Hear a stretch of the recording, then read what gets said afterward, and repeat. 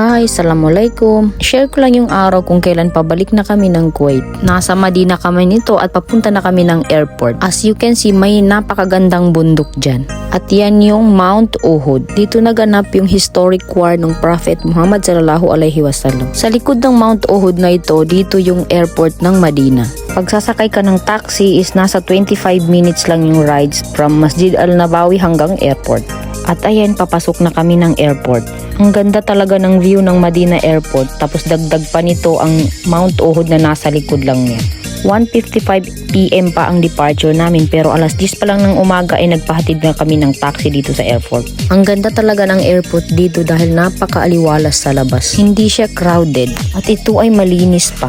Yan yung main entrance ng airport at sa harapan nito ay may napakagandang masjid. Pagkababa ng mga bagahe namin from taxi ay agad-agad kaming pumasok sa airport. At yan yung nasa loob ng airport, napakaluwag. At as a traveler, napaka-komportable nito. At ayan, hinahanap na namin kung saan yung counter ng Bound to Kuwait. At chinek ko agad sa screen yung mga schedule at yung counter number.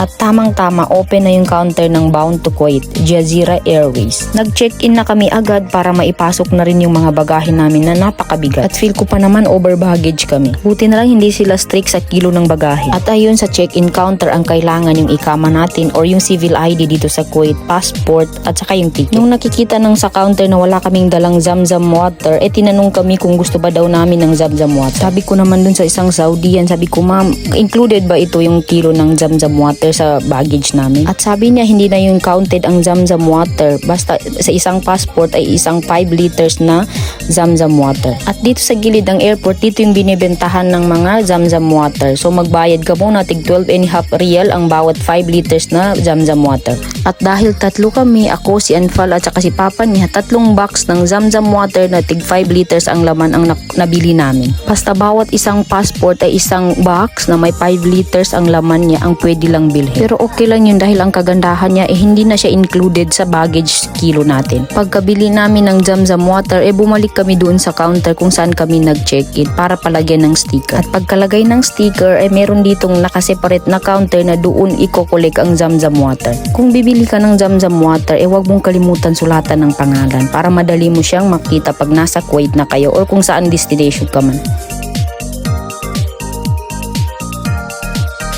Pagkatapos namin mag-check-in ay agad-agad na kaming pumasok para makalagpas na rin sa immigration at hinahanap na rin namin ang boarding gate. At dahil maagang-maaga kami dito sa airport ay ayan, nandito na kami sa may waiting area. Tuwang-tuwa si Anfal dahil ang dami niyang nakikitang mga eroplano na may pa-take off at may pa-landing. At dahil nakakaramdam na kami ng antok ay nag-coffee muna kami dito sa may Dunkin. At ayan, maraming mga restaurant at coffee shop dito sa may waiting area.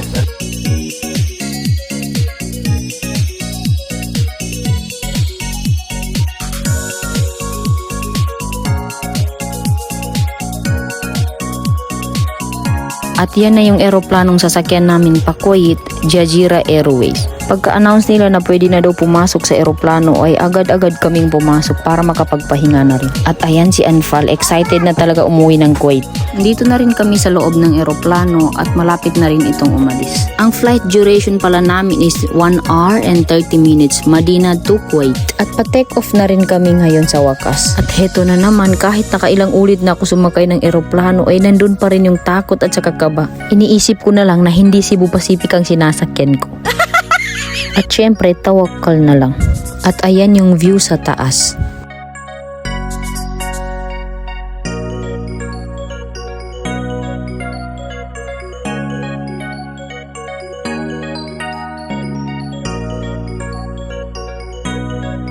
At heto pa.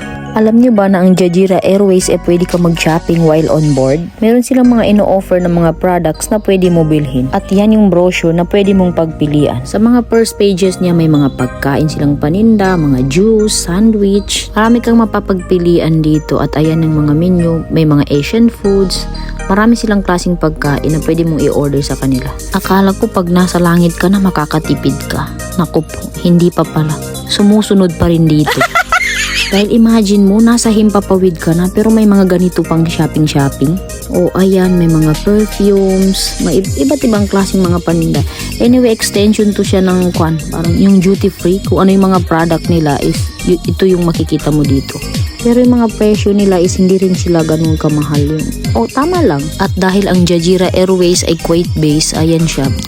Kuwait dinar yung pera dito, yung presyo niya. At hindi ko na namalayan sa kakatingin-tingin ko ng brochure. Naku, palapag na pala kami ng Kuwait. Ayan, nakikita na yung disyerto ng Kuwait. Hindi kagaya sa may Saudi na puro bundok ang makikita mo doon. Pero dito sa Kuwait, puro disyerto. Kaya siguro napakainit dito. At ayan na, after 1 hour and 30 minutes ay palanding na kami dito sa Kuwait.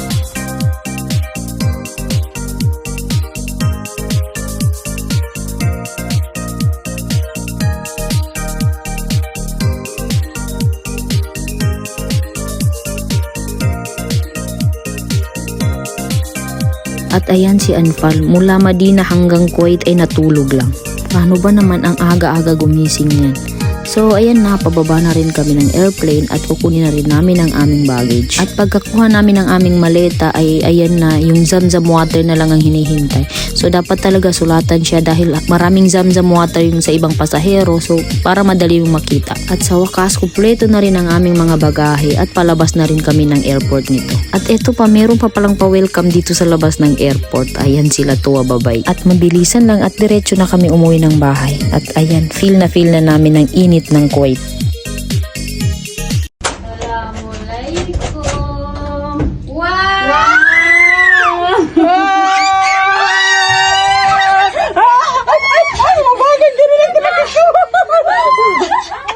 Midday kita Tita Vicky. Masyaallah.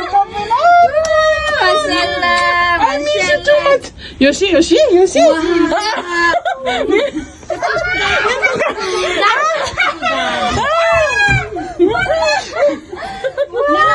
Look.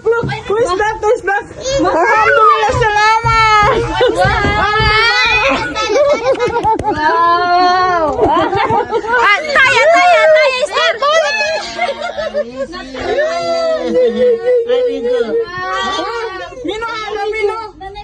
Very good.